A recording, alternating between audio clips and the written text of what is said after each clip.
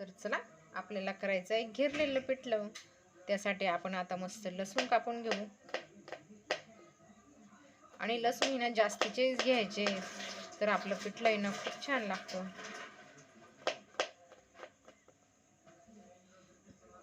तर चला आपण आता कापून घेणार आहेत कोथिंबीर.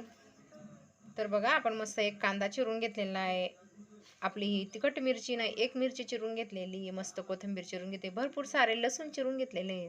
तर आपण साहित्य बघा, आपल्याला मोहरी, जिरं, चटणी, हळद आणि हिंग घ्यायची, डाळीचं पीठ, बेसन पीठ. आपण गॅस चालू करून घेतला, आपण कढई, आपली कढई गरम झाली नंतर टाकायचं तेल.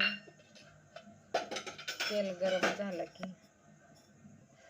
गरम झालं की आपण टाकायचे आता मोहरी, तडतडली की टाकायचं जिरं.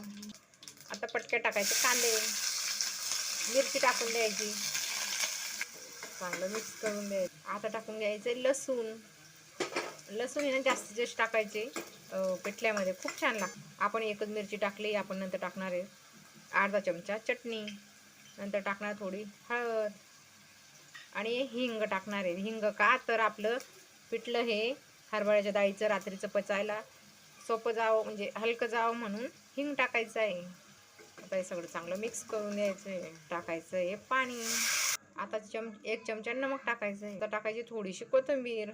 पिठलं करताना एका हाताने आपण पीठ टाकायचं आणि असं घेरत राहावं लागतं. पिठामध्ये मी काहीच टाकलेलं नाही, आपण याच्यामध्येच टाकून घेतलेलं आहे सगळं, पिठल्यामध्ये काही टाकलेलं नाही याच्यामध्ये.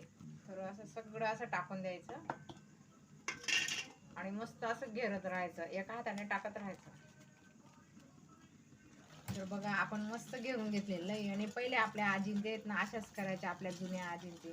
तर एवढं छान लागतं हे, खायला सुद्धा खूप छान अशी चव लागते त्याला. अशा पद्धतीने करून बघायचं. आणि साधी आणि सोपी पद्धत आहे.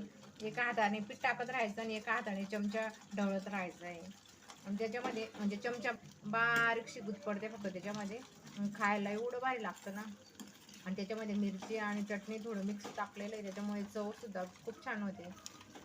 तर चला आपण आता थोडं 5-10 मिनटं वाफू द्यायचं आहे. 5 मिनटं एक वाफ घ्यायची. हे बघा किती छान झालेलं आहे आपलं पिठलं.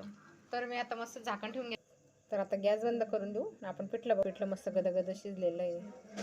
आणि आता चला आपण बघू आपलं पिठलं बघा किती छान झालेलं आहे. तर आपण आता पिठलं घेऊ आपण खाण्यासाठी पिठलं घेऊ. बघा किती छान झालेलं. मस्त थोडं तेल टाकायचं त्याच्यावरती मस्त कोथिंबीर टाकायची. आपलं झटपटीत पिठलं तयार खाण्यासाठी.